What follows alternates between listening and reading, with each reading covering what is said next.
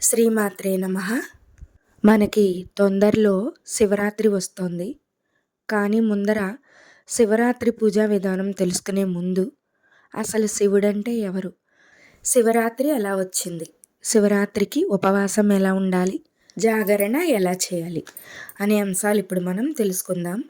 అంతకంటే ముందుగా శివరాత్రి గురించి మా గురువుగారు చెప్పిన మాటలు నా నోటితో మీకు తెలియపరుస్తున్నాను. ఈ వీడియో పూర్తిగా చూడండి. పూర్తిగా వింటేనే మనకి శివుడి గురించి, శివరాత్రి పర్వదినం గురించి మనకు అర్థమవుతుంది. మహాశివరాత్రి యొక్క విశిష్టత ఏమిటో ఇప్పుడు తెలుసుకుందాం. మనకి భగవంతుని యొక్క ఆరాధన విధానం కాలంలో ఎలా జరగాలి అన్న విషయాన్ని ఋషులు, మహర్షులు మనకు ముందరే నిర్దేశించి ఉన్నారు. ప్రతి నెల కూడా మనం చాంద్రమానాన్ని పాటించేటటువంటి సాంప్రదాయంలో ఉన్న అందరం మాస శివరాత్రి నిర్వహిస్తూ ఉంటాం కదా. అలాగే అభిషేకాలు కూడా చేయించుకుంటూ ఉంటాం కదా.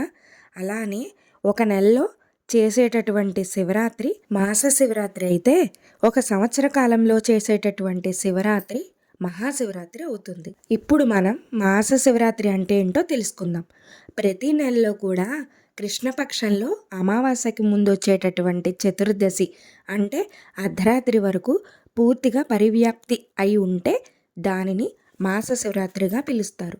అదే ఈ ఒక్క మాఘమాస సమయానికి వచ్చేసరికి మాఘమాసంలో వచ్చేటటువంటి అమావాస్య తిథికి ముందు ఉండేటటువంటి చతుర్దశి తిథి అర్ధరాత్రి పరివ్యాప్తం అయితే దానిని మహాశివరాత్రి అని పిలుస్తారు. ఈ రెండింటినీ గమనిస్తే రాత్రి సంబంధంగా ఉంటాయి. కారణం ఏంటంటే రాత్రి అన్నమాట చీకటికి సంకేతం, అందులోనూ అర్ధరాత్రి అన్నమాట కటిక చీకటికి సంకేతం. అందుకే మనం కొద్దిగా జాగ్రత్తగా గమనిస్తే సనాతన ధర్మంలో ఉపాసన అంతా కూడా రాత్రి పేరుతోనే ఉంటుంది. ఇంకా ఉదాహరణగా చెప్పాలంటే దేవీ నవరాత్రులు, గణపతి నవరాత్రులు, వసంత నవరాత్రులు, మహాశివరాత్రి ఇలా ఏది చెప్పినా మనం రాత్రిపూట చేయవలసిన ఉపాసన అని అంటాం. కానీ నిజానికి రాత్రిపూట చేసే ఉపాసన ఏమీ ఉండదు. పగటిపూటే భగవంతుని ఆరాధన చూస్తాం కదా. మరి ఈ రాత్రి అనే శబ్దం ఎందుకు వచ్చింది? రాత్రి అన్న మాటకి అర్థం చీకటి. చీకటి అంటే ఏ వస్తువు ఏదో మనకి తెలియనటువంటి స్థితిలో ఉంటాం. చీకటి స్పష్టంగా ఉంటుంది, అవునా? మరి ఏది సత్యమో ఏది అసత్యమో తెలియనప్పుడు మనందరికీ భయం అనేది ఉత్పన్నమవుతుంది. భయం అంటే మృత్యునకు పర్యాయ పదం కదా. ఎక్కడ భయం ఉందో అక్కడ మృత్యు ఉంటుంది. భయాతీతమైనటువంటి స్థితికి మనం ఎప్పుడు ఎదుగుతామో అప్పుడే మృత్యువుని దాటిపోయి అమృతత్వాన్ని పొందడం జరుగుతుంది. మరి ఎప్పుడు భయం పోతుంది మనందరికీ అంటే, రెండవ వస్తువు మనకి ఇంకా లేదు అని తెలుసుకుంటే భయం పోతుంది. మనం కాక ఇంకొకటి ఉంది అని అనుకున్నాము, అది మనల్ని ఏమైనా చేస్తుందేమోనన్న భయం ఎప్పుడు ఉంటుంది. ఇవాళ బాగుంది మనకి, మరి రేపు ఏం చేస్తుందో అని భయం ఉంటుంది, అవునా కాదా? కానీ ఉన్నది ఒక్కటే, రెండవది లేదు అన్నప్పుడు మనం భయపడడానికి అవకాశం ఇంకేముంది? అదే జ్ఞానము మనకి అనుభవంగా గుర్తు రావాలి. దీనినే మనం అద్వైతానుభూతి అంటారు. రాత్రి అన్న మాట ఉపాసనలో అర్థం ఏంటి అంటే అజ్ఞానం పోయి జ్ఞానం కలగడం.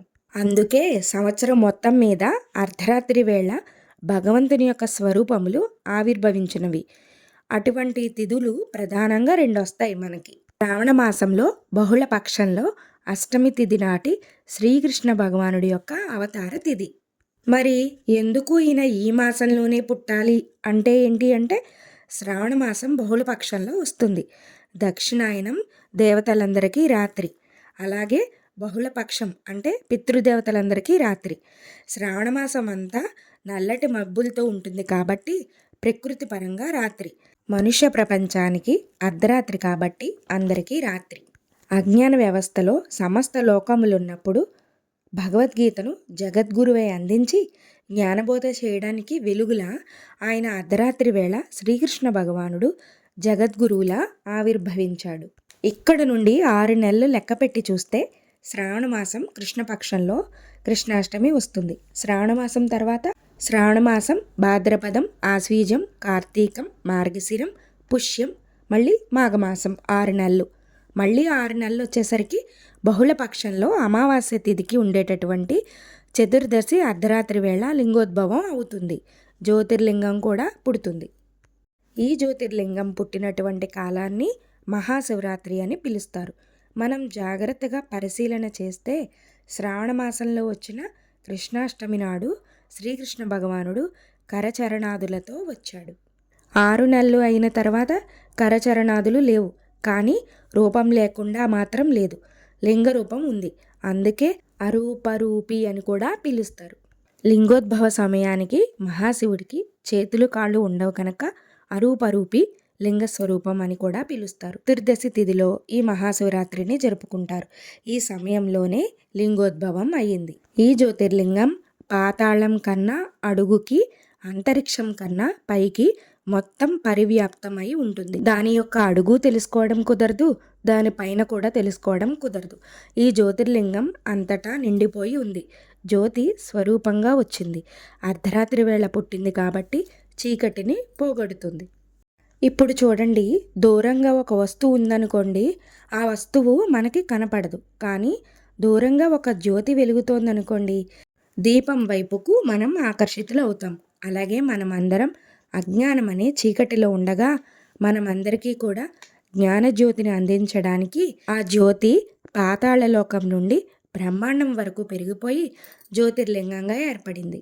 అందుకే మహాశివరాత్రి రోజు నిర్వహించేవి ఏంటంటే ప్రధానంగా రెండింటిని చేస్తారు: ఉపవాసం, జాగరణ. ఈ రెండు చేయటంలోనే శివ పూజ అనేది అంతర్లీనంగా ఉంటుంది. మరి ఈ మాటకు అర్థం ఏంటంటే, ఉప అంటే సమీపము, వాసము అంటే ఉండుట. దేనికి సమీపంగా ఉండుట అంటే మనము భగవంతునికి సమీపంగా ఉండుట. ఉపవాసము అనగా భగవంతునికి దగ్గరగా జరగడం. అంటే ఎలా జరుగుతారు? 5 జ్ఞానేంద్రియాలను భగవంతుని ముందు ఉంచి మార్చి మార్చి ప్రవర్తింపచేస్తారు. జ్ఞానేంద్రియాల్లో కన్ను ప్రధానమైనది. కన్ను భగవంతుని చూసి ధ్యానించడం, కన్నుతో మార్చి మార్చి భగవంతుని యొక్క రూపాలన్నిటినీ చూసి సంతోషించడం. దీనికి ప్రమాణాన్ని అన్వయం చేసుకోవడానికి ఈ శివరాత్రి రోజు అంతా కూడా భజనలు, అభిషేకాలు, పూజలు చేసి మార్చి మార్చి ఇంద్రియాలను, కర్మేంద్రియాలను భగవంతునికి అర్పించి అసలు నిద్ర రాని స్థితిలో నిలబడతారు. అంటే మనం బలవంతంగా నిద్రను నిగ్రహించడం కాదు, అప్పుడే తెల్లవారిపోయిందే అన్నంతగా భగవంతుని సేవలో గడిచిపోవాలి. ఇప్పుడు ఇలా గడిచిపోయిందనుకోండి, దీనిని మనం జాగరణ అని అంటాం. ఇదే ఈశ్వరానుగ్రహానికి కారణమై నేను అనే ఆత్మ జ్ఞానంగా ఏర్పడ్డం అన్న అనుభవం అద్వైత అనుభవం యందు నిలబడ్డానికి కారణమవుతుంది. అప్పుడు అర్ధరాత్రి వేళ జ్యోతిర్లింగం ఆవిర్భవించింది అనేది అన్వయం ఏర్పడింది. ఈ జ్యోతిర్లింగంగా ఆవిర్భవించినప్పుడు చీకట్లన్నీ పోయి జన్మానికి ఒక శివరాత్రి అన్నారు. ఏ జన్మైనా తరించడానికే కదా ఉన్నది. జన్మలో ఒక్క శివరాత్రి అయినా చేయకపోతే ఎలా తరిస్తాం మనం అసలు? మహాశివరాత్రికి అందరం ఉపవాసం ఉందాం, జాగరణ చేద్దాం అని ఈ 2 మాటలకి అర్థం అది.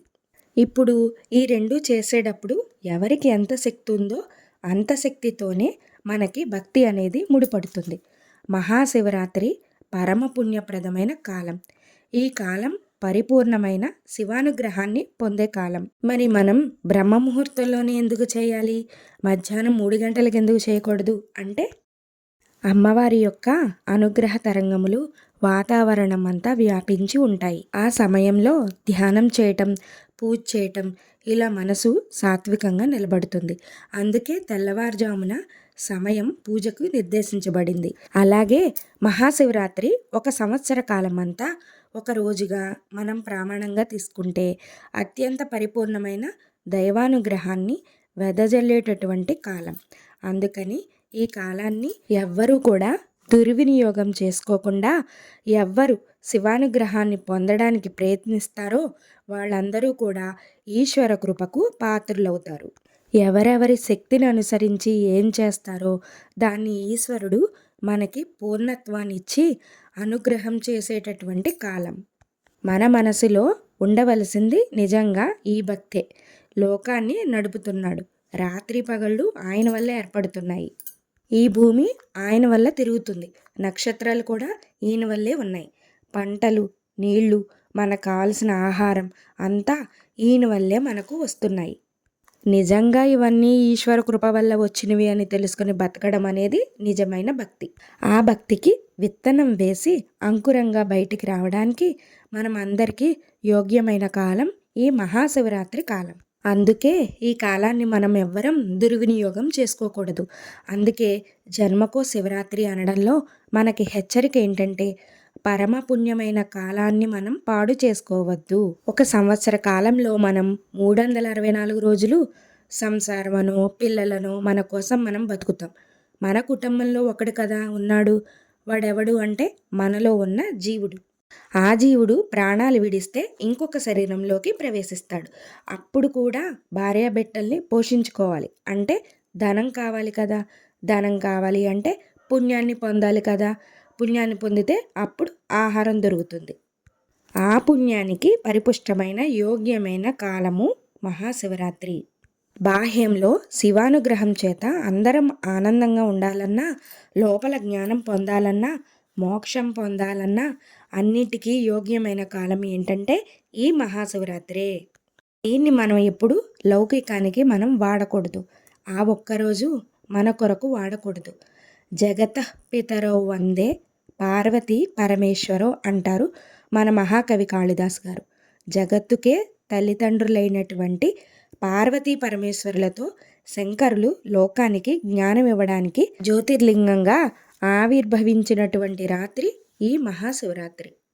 ఈ విధంగా అందరూ పరమశివుని అనుగ్రహం పొందాలని, అందరికీ ఈ మహాశివరాత్రి కాలం యోగ్యమైనదిగా చేయమని నేను కూడా అందరి తరపు ఆ శివయ్యకి, పార్వతీ పరమేశ్వరులకు ప్రార్థన చేస్తున్నాను. మీ అందరికీ ముందుగా మహాశివరాత్రి శుభాకాంక్షలు. ఓం నమః శివాయ. శ్రీ విష్ణు రూపాయ నమః శివాయ. ఓం శ్రీమాత్రే నమః.